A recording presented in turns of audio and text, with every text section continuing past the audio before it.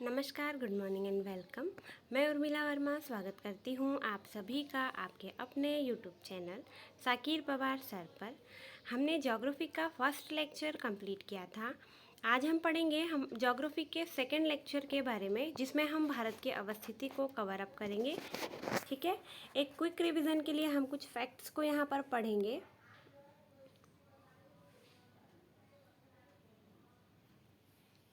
ठीक है, भारत की अवस्थिति में हमने पढ़ा था कि इसका जो विस्तार है वो 8 डिग्री 4 से 37 डिग्री 6 तक उत्तर में, और इसका जो अक्षांशीय विस्तार है वो 68 डिग्री 7 से 97 डिग्री 25 पूर्वी देशांतर में विस्तृत है।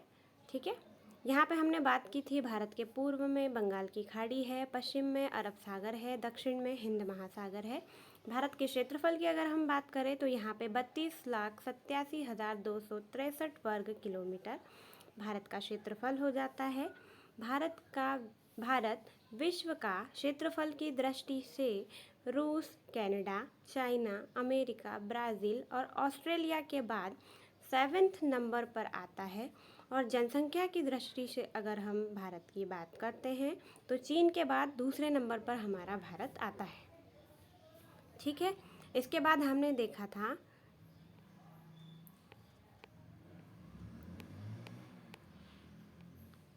ठीक है कि भारत में 82.5 डिग्री मानक समय रेखा है। ठीक है, जिसे IST के माध्यम से निर्धारित किया गया है, जिसे मानक याम्योत्तर के रूप में भी स्वीकार किया जाता है। ठीक है, उसके अलावा हमने देखा था अंतर्राष्ट्रीय मानक समय रेखा 0 डिग्री देशांतर लंदन के ग्रीनविच नामक स्थान से होकर गुजरती है।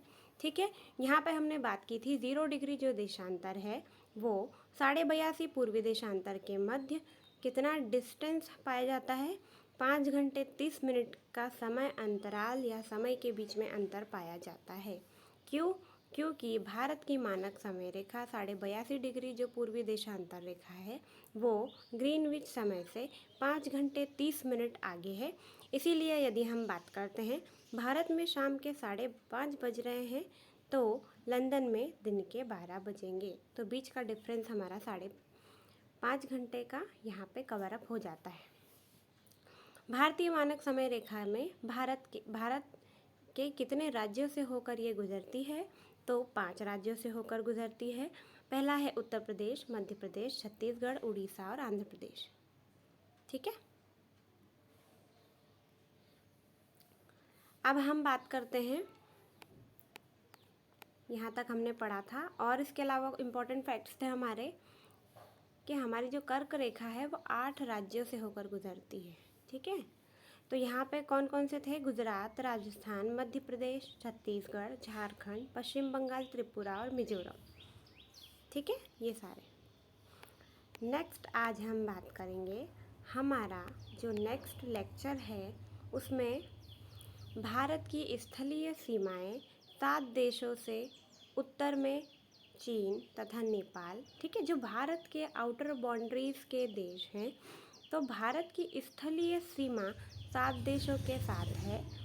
उत्तर में चाइना, नेपाल, उत्तर पश्चिम में पाकिस्तान, अफगानिस्तान। ठीक है, पूर्व में बांग्लादेश, म्यांमार तथा उत्तर पूर्व में भूटान से मिलती है। इम्पोर्टेंट क्वेश्चन आ जाते हैं। भारत की सबसे लंबी तटरेखा वाला राज्य गुजरात है, डायरेक्ट क्वेश्चन पूछा जाता है। और आंध्र प्रदेश और तमिलनाडु दूसरी और तीसरी लंबी तटरेखा वाले राज्य हैं। भारत के 3 सबसे लंबी तटरेखा वाले राज्य हैं। पहला है गुजरात, दूसरा है आंध्र प्रदेश, तीसरा है तमिलनाडु। भारत की सबसे छोटी तटरेखा वाला राज्य आप सभी को पता है कि सबसे ज़्यादा छोटा कौन सा है, हमारा गोवा। ठीक है, प्रायद्वीपीय भारत का दक्षिणतम बिंदु की अगर हम बात करते हैं तो क्या हो जाता है? कन्याकुमारी। और यहाँ पे अगर हम बात करते हैं भारत के दक्षिणतम बिंदु जो हमारा श्रीलंका है, वहाँ पे यदि हम भारत के दक्षिणतम बिंदु की बात करते हैं तो ग्रेट निकोबार में स्थित इंदिरा पॉइंट हमारा दक्षिणतम बिंदु हो जाता है। यहाँ पे जो हम टॉपिक्स कवर करेंगे ये हमारे UPSC लेवल के फैक्ट्स को कवर करेंगे, तो आप पढ़ते चलिए। भारत का उत्तर बिंदु इंदिरा कॉल कहलाता है, जो हमारा जम्मू कश्मीर में है। और सबसे पश्चिमी बिंदु जो हमारा है वो हमारा गुहार मोता जो गुजरात में है।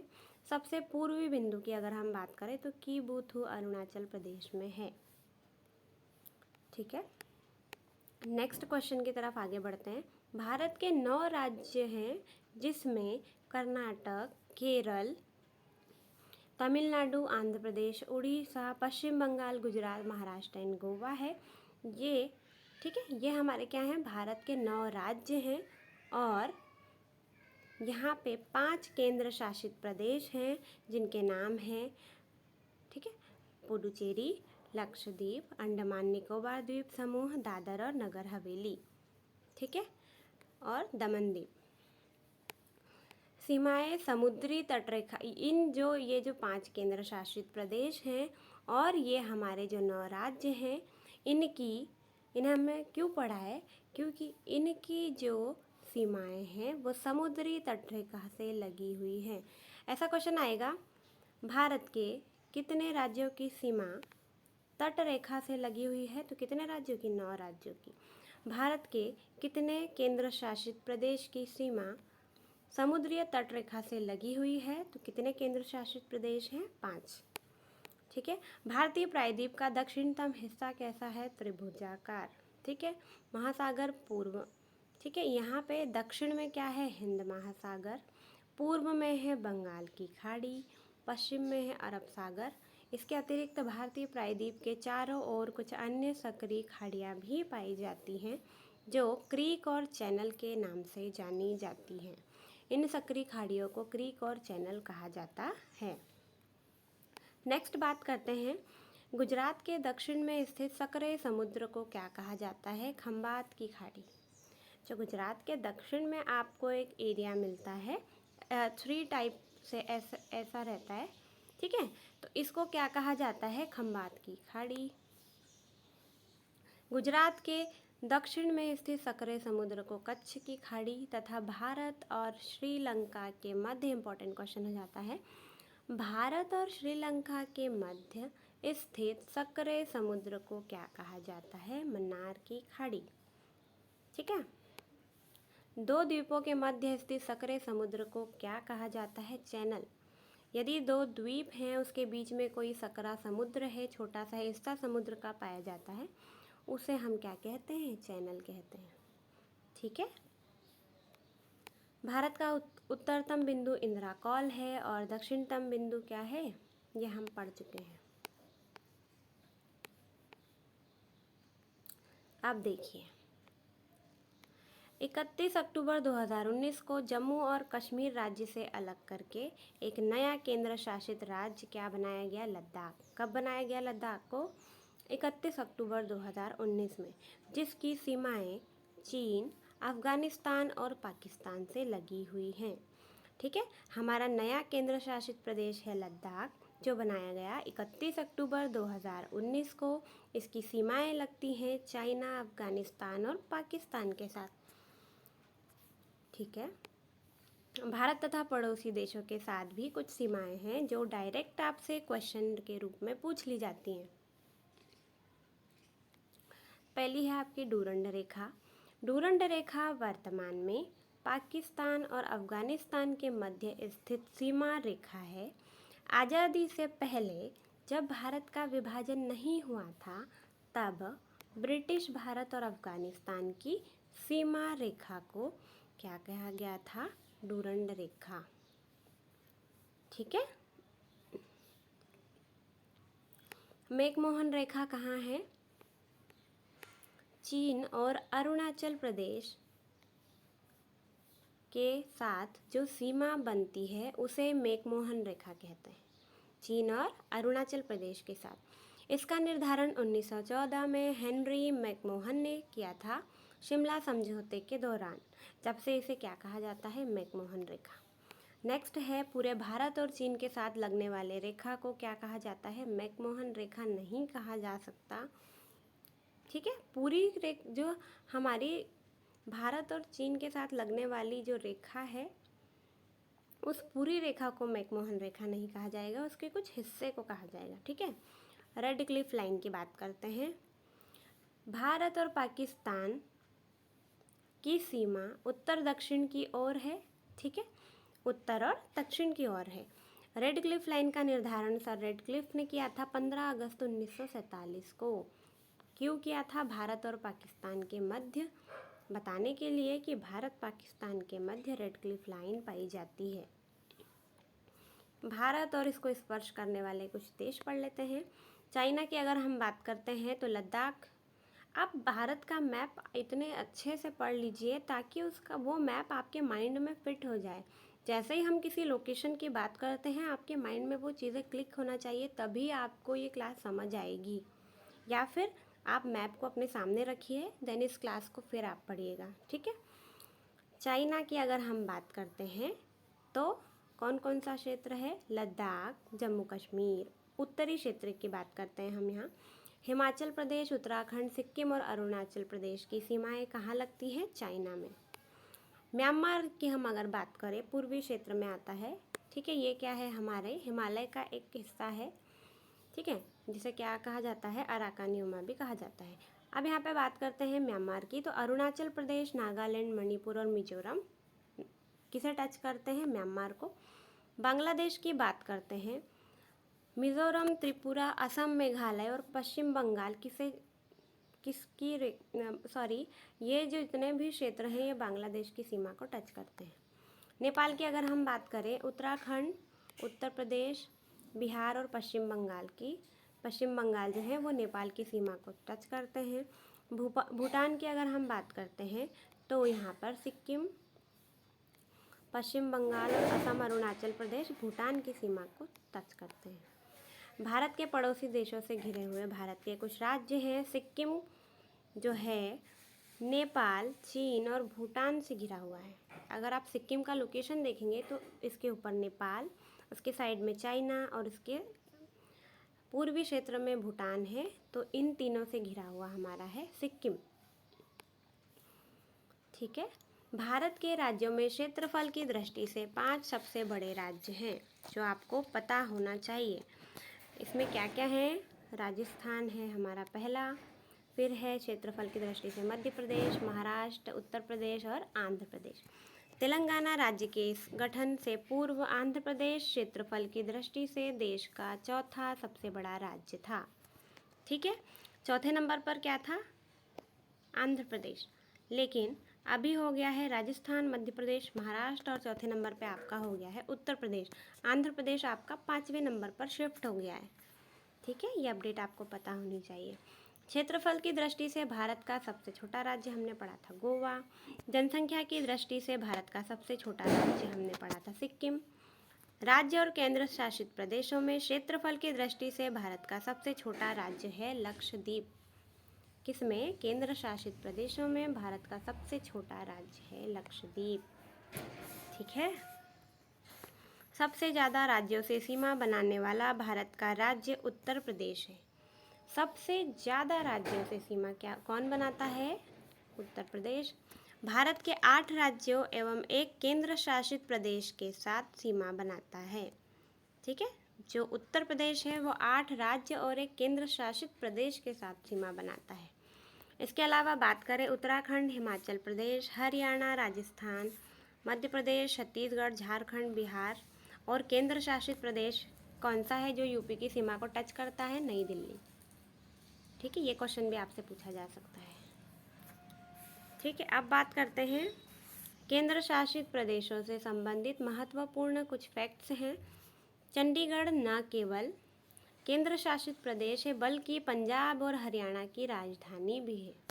एक केंद्र शासित प्रदेश होने के साथ साथ पंजाब और हरियाणा की राजधानी भी क्या हो जाता है? चंडीगढ़। नई दिल्ली की हम बात करें, नई दिल्ली भारत की क्या है? राजधानी है। दादर नागर महाराष्ट्र एवं गुजरात राज्यों की सीमा पर स्थित है, ठीक है।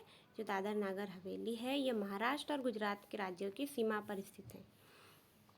पांडिचेरी कुल 4 स्थानों पर अवस्थित है, जिसमें, ठीक है, मतलब एक पांडिचेरी जो है वो अलग अलग जगह पे छोटे छोटे ब्लॉक्स के रूप में पाया जाता है।